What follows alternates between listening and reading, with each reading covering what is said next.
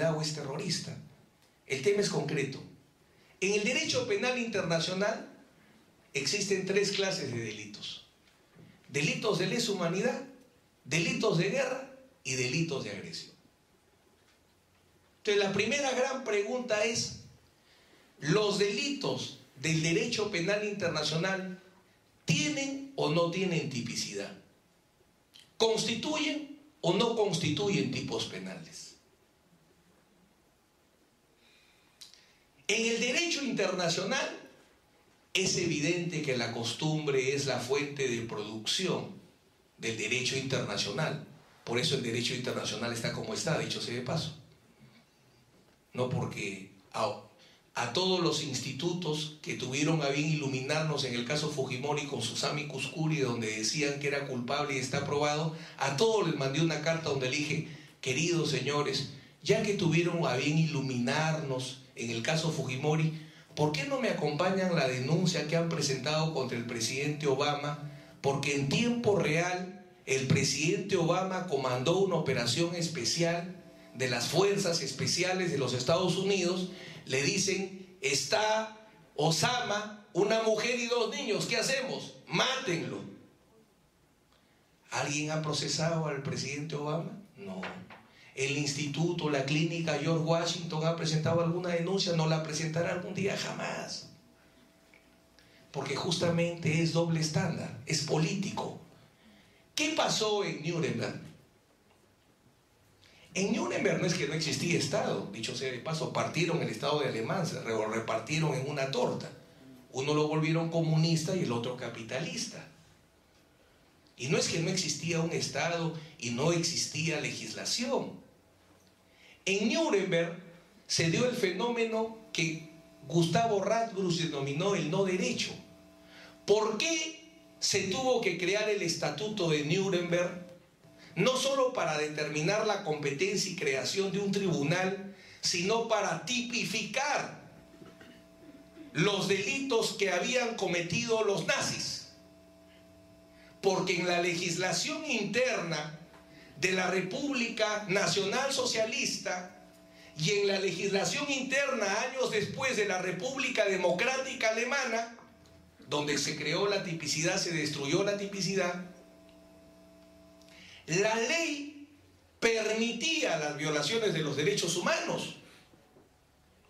El Estado criminal que conceptúa Roxin en la autoría mediata por dominio de la organización crea su legislación asesina.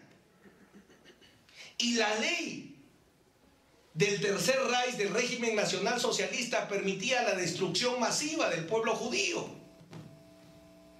Como lo mismo sucedió en la Alemania comunista, donde se permitía ejecutar a las personas con la ley de la frontera para matarlos en el muro.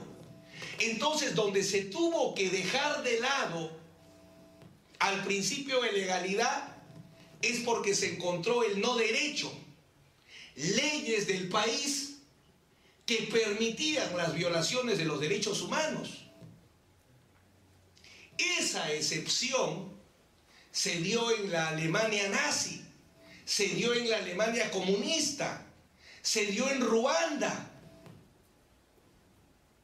Entonces, donde el derecho internacional penal ha tenido que apartarse del principio de legalidad, es por un problema de necesidad, de imposibilidad de aplicar la legislación del lugar, que es la que tendría que regir principio de territorialidad o de espacialidad, porque esa ley determinaba que esos actos eran legales. Punto primero. Punto segundo, ¿por qué en el derecho internacional penal, sobre todo europeo, ojo, y cito, en la doctrina, no en la legislación ni en la jurisprudencia, se admite como fuente de producción a la costumbre o a los principios generales del derecho? Porque en el Pacto Internacional de Derechos Civiles y Políticos, que se creó entre otras cosas para justificar Nuremberg, en el Pacto Internacional de Derechos Civiles y Políticos se dice: Principio de legalidad, nullum crimen nulla poena sine lege. Este principio se aplica sin perjuicio de que también es delito aquello que establece el derecho penal internacional. Ese artículo no existe en el Pacto de San José de Costa Rica. Esa parte no existe en el Pacto de San José de Costa Rica, porque acá, gracias a Dios, en esta parte del mundo, nunca existió el fenómeno del no derecho, menos en el Perú. El asesinato siempre fue asesinato. Matar millones de seres humanos inocentes, desarmados y rendidos, siempre fue delito. Y tuvo la máxima pena que da nuestra legislación. Entonces, la excepción que justificó apartarse del principio de legalidad nunca se dio en el Perú. Por eso es que les doy un adelanto. En el Perú nunca se ha condenado a nadie por delito de lesa humanidad. Porque como es una tipificación, tendría que calificarse como se hace todos los días en la Sala Nacional, donde el Ministerio Público acusa por delitos de lesa humanidad. Dicen asesinato, ejecución extrajudicial. Desarrollan por qué el Estatuto de Nuremberg, según sus ideas, puede reemplazar a la ley en el Perú. Y empiezan a hablar del jus cogens, etc. Pero en todas las sentencias, sin excepción, incluida la de Fujimori, si se lee jurídicamente, incluida la del Grupo Colina, la sala de juzgamiento presidida por Inés Vía Bonilla, no condenaron por lesa humanidad.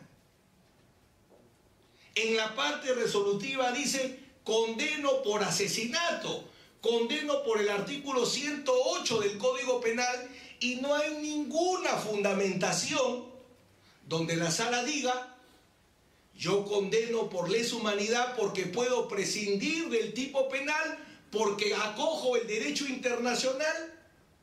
Porque es verdad que el derecho internacional tiene relación con el derecho interno, es correcto. Y los tratados de derechos humanos forman parte del bloque constitucional, es correcto. Pero lo que no se dice, silencio absoluto de la Corte Interamericana de Derechos Humanos y silencio absoluto del Tribunal Constitucional peruano es, y los sistemas de incorporación del derecho internacional al derecho nacional, ¿cuáles son los que siguen los países del civil law? Los que establecen como única fuente de producción del derecho a la ley. ¿Algún país del civil law ha aplicado, ha tipificado sobre la base de un tipo consuetudinario o un tipo de principio general del derecho algún hecho delictivo como lesa humanidad? Ninguno. Alemania, Código Penal Internacional.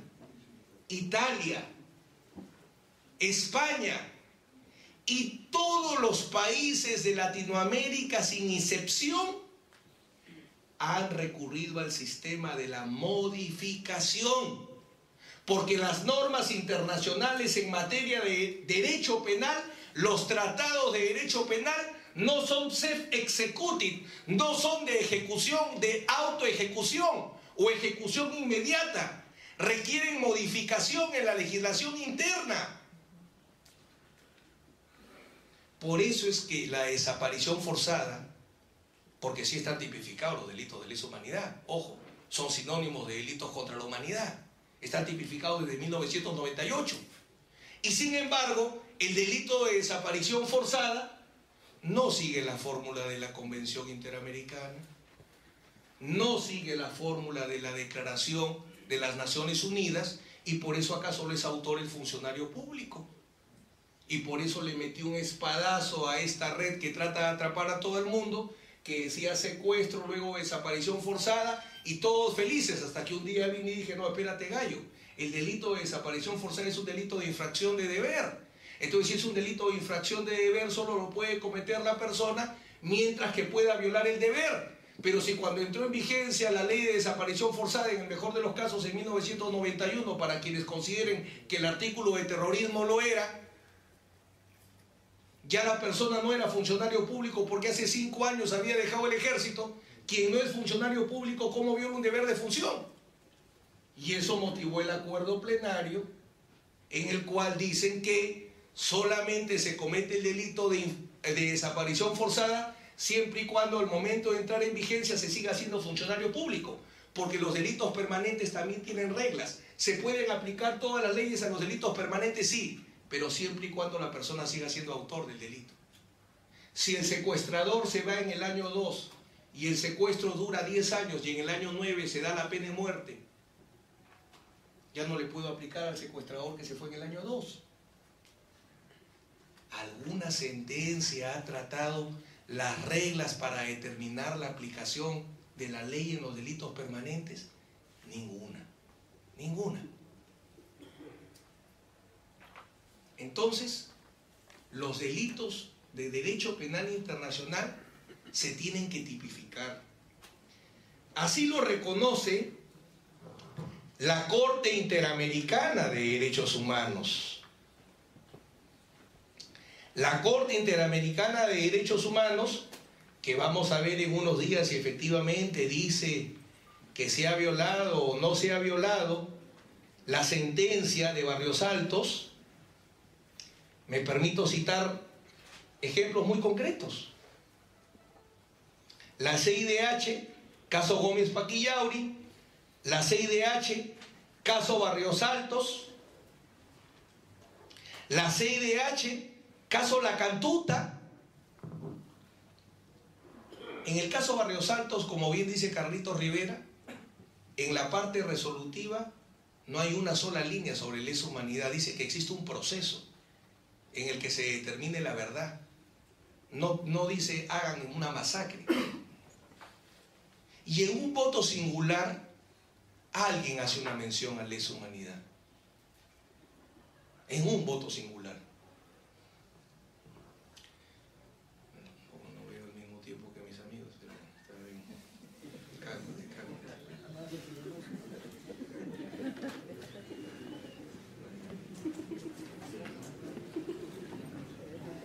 Entonces, estoy acostumbrado, no se preocupe. Simplemente le digo, señores, regálenme 1 minuto por año que le piden a mi cliente.